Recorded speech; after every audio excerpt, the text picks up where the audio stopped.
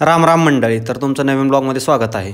तर काय आज गँग सकाळी लवकर उठलेली आणि आज गणेश विसर्जन होतं ना आपल्या बाप्पाचं, त्यामुळं आज सगळी गँग लवकरच उठली होती. कशी काय माहोल खतरनाक का नाही? हां, मग आपण सकाळच्या पर आपलं लवकर आवरून गेलो डायरेक्ट कटिंग करायला, कारण की लयच जंगल वाढलं होतं डोक्यावलं. म्हटलं आता कमी करावं जरा. गेलो मग आलो आज केस कापून. मग आपलं म्हटलं आता मम्मीला मदत करावी जरा मोदक बनवायला, कारण ती एकटीच बनवत होती. मग तिला जरा मदत करू लागलो. कशी काय झाले ते थोडंफार जमतं आपल्याला पण, म्हणून करायचं मदत. मग फायनली तिथून आपण गेलो जरा मंदिराचं आता डेकोरेशन करायचं होतं. मग आपल्याला काय ह्यावेळेस काय जास्त काय करायचं नव्हतं, त्यामुळे म्हटलं आता आपण छोटंच काहीतरी नियोजन करावं. मग उन्मय शेटानं ही गँग बसली सगळी गाडीत. आपल्या डाण्यानं घेतला ट्रॅक्टर जागेवर डायरेक्ट धुवायला. मग ओकेमध्ये मोटरही चालू केली ना, केलं चालू धुवायला. वाघांना ट्रॅक्टरही धुवा म्हटलं जरा. आम्ही आलो घरचं गणपती विसर्जन करून. मग फायनली आलो घरी. सगळी गँग काय तयारच होते. घेतलं आपल्या बाप्पाला चाललो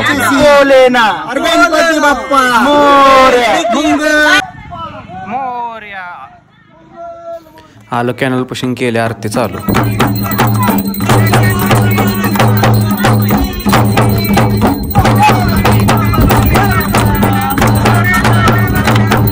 आपल्या बाप्पाला विसर्जन करताना जरा काढले फोटो, म्हणजे तुम्हाला पण दाखवावत.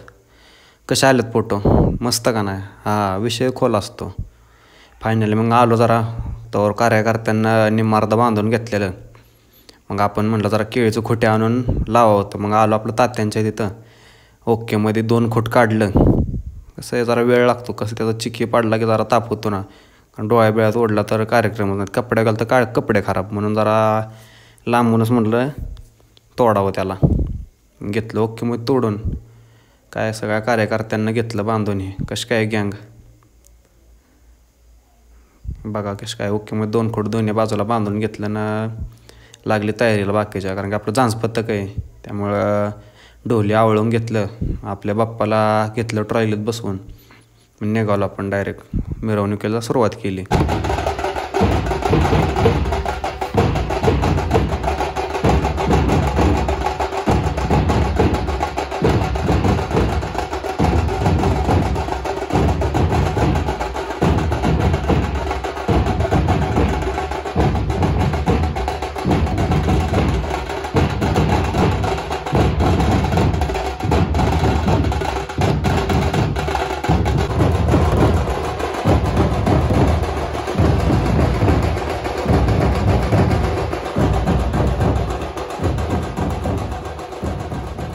त्यात आपलं डेगुशेट डोलाच्या तालावर धरला ठेका.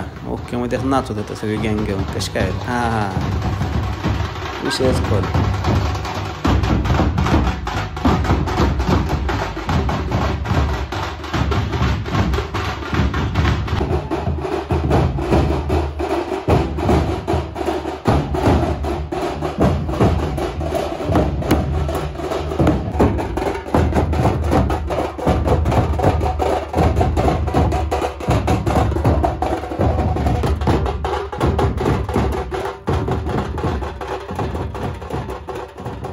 सगळ्यांना नाचत्यात म्हणलं आपलं भाऊ काका दम काढतोय. भाऊ काकांना पण ताल धरला. मग हां, सुट्टीच नाही. कशी काय विषयच खोल असतो इथं. हां, नाद करते काय.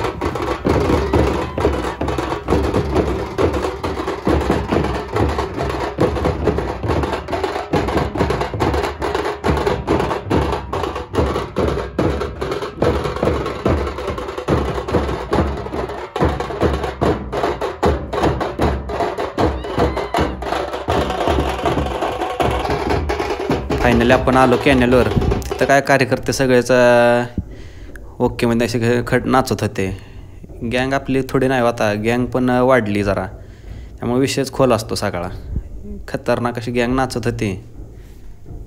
फायनली मग आपण म्हटलं आता सगळं आवरतं घ्यावं, कारण वेळ निघत चाललेला.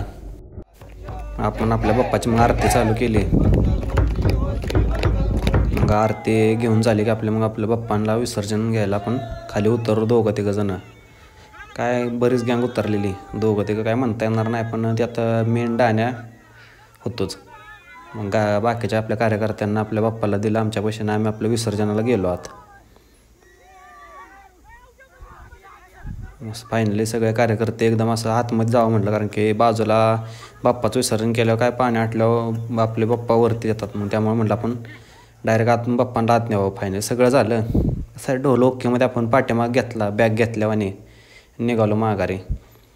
सगळे गँग आलतेच, काय एकेकानं प्रत्येकजणानं डोल घेतलंच होतं. मग फायनली आलो घरी, आवरलंही. मग आपल्या म्हणलं तर गुरांचं पण आवरून घ्यावं, त्यात पाऊस येत होता म्हणून बसलो जरा. म्हणलं धावायचं, पाऊस आल्यावर गावाकडचं वातावरणच खतरनाक असतं. कसं काय बघा की, विषयच खोल असतो. मग आपण गेलो जरा. आता म्हटलं आता झाले आपल्या बाप्पाचे विसर्जन, आपण म्हटलं दुसऱ्या मंडळांचं बघायला जावं. हे बघा माहिती असते ना आलती गँग. ह्यावेळेस कसं आहे माहिती आहे का विषय, जरा DJ बंद केल्यामुळे जरा पारंपरिक गोष्टींना जरा महत्त्व भेटायला लागलं आहे. त्यामुळं जरा कसं बरं वाटायला लागलं आहे, कारण की पहिलं DJचं नुसतं आवाजानं नको नको व्हायचं. पण आता कसं या पारंपरिक वाद्यांमुळे जरा बरं वाटतं जरा, कारण की ही जी मिरवणुका जी निघतात अशा खूप भारी वाटतात जरा.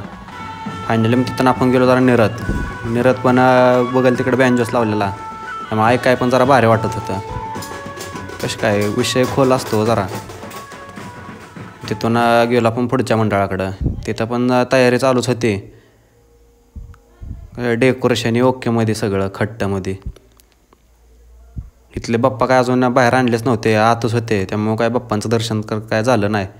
तिथून आलो आपण डायरेक्ट दत्तघाटावर. दत्तघाट म्हणजे आता तुम्हाला प्रश्न पडला असेल काय, की दत्तघाट म्हणजे आपलं जे माऊली असतात, ज्ञानेश्वर माऊली, त्यांचं जे स्नान होतं पंढरपुराकडे जाताना, तो आहे दत्तघाट नीरा नदीचा.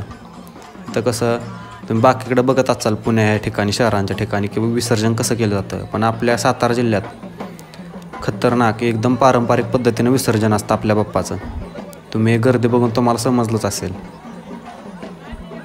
पूर्णपणे आरती म्हणा, सगळ्या गोष्टी एकदम अशा पद्धतशीर केल्या जातात पारंपरिक पद्धतीने.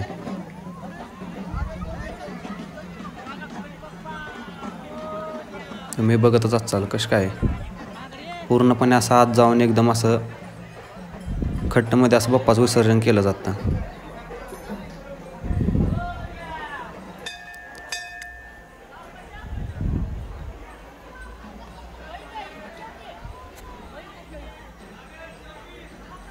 फायनली मग आपण म्हणलं आता इथनं निघावं, कारण की आपल्या गावातल्या पण मंडळांचं मिरवणूक निघालेली आता तिथं जाऊन बघायची होती. कारण की आपल्या गावात पण विषय जरा ह्यावेळेस खोल होता.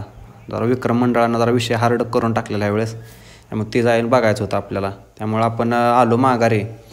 हे आहे बघा संगम मंडळ, ह्यांना पण ह्यावेळेस बँजोस लावलेला. ह्यांचं पण डेकोरेशन कसं खट्टमध्ये चालतं एकदम.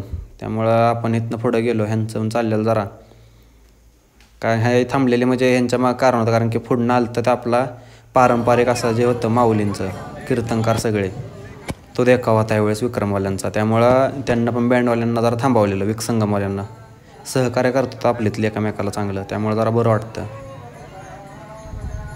यावेळेस यांना केलं तर वारीचा देखावा. कसं काय खतरनाक का नाही.